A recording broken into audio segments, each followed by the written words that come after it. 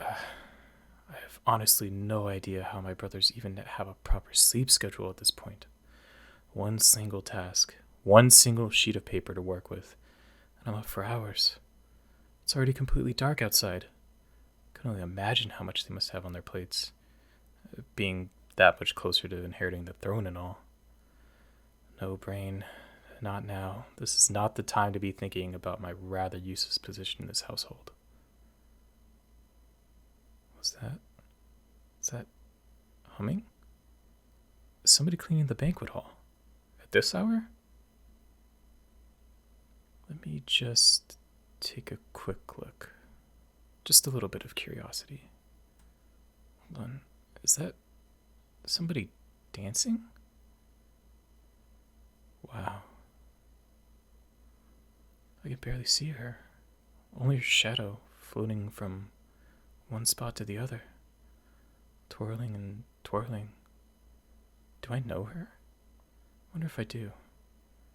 What could it be that she's even doing here? All on her own and humming along to her own melody, ever so peacefully, and with her every step drawing me in more and more. What a foolish thing to think. She might as well be an intruder, waiting for a chance to attack. So, I might as well watch her a little more. For safety reasons, of course. It's still impossible to make out her features, even from inside the room. Her hair color, her face, everything. I wonder how many times has she danced here before? All by herself. There's not much you can do alone in this huge room. But there she is, not caring about the emptiness around her. I should go. I really should. I bet she didn't intend for anyone to see her here. A pity. I wish I could have stayed just a minute longer. Ah. Oh no. Please forgive my sudden intrusion. I didn't mean to scare you. Damn, it's still too dark for me to see her face, but I could tell that she's frightened, eyeing me like a deer waiting to be attacked. I didn't mean to cause her such distress. I should have just left her alone in her tiny bubble of happiness. Please allow me to step a little closer. You will see that I'm not someone you need to be afraid of. See? My hands are up. I come in peace and mean no harm. I was only passing by when I heard you humming, you know. It was rather captivating, I must admit. But I really didn't come to pry at you or anything. Finally. I get to see who's charmed me this quickly. Oh, please. No need to bow. I was the one interrupting you. There's no need for such formalities. I'm sorry for making you do this. Don't be afraid to look at me. Here, take my hand. Stand up straight. There we go. Speaking of formalities, let me stick to protocol now as well, since we are officially meeting for the first time. My name is Renault, third prince of Avensgard, third oldest child to the king and queen, and therefore third in line to the throne. It's a pleasure to be meeting you. Now, may I ask for your name? What a beautiful name. I promise I won't forget it any time soon. Now, how are you associated with the castle? Are you a guest of ours that I had yet to meet? A maid? For my sister? That might explain why I haven't seen you around before. You're mostly working in the chambers, is that correct? Ah, then it does make sense. She is not much of a fan of her brothers coming to visit her and entering her room. I swear, we are not that bad, just a little loud when we all come together. Ah, she laughed. What a beautiful sound. Wait, what? What? She complains about us leaving a mess behind every time we visit. Oh, come now, that's not true. I'm sure you know that too. But it sounds like you're getting along well. I'm glad to hear that. There's hardly enough time to get to know every single person working here. My sister is treating you well, you say? Not that I was expecting anything else, but It still comes as a relief. She's a kind soul. But that also means you're doing your job well, and I want to thank you for that. Getting up in the early morning hours to help us with our duties, and only going to bed after we do. It's not the most enjoyable lifestyle either. And nevertheless, you stay up all night, toiling through the banquet hall at, what, must be 2 in the morning.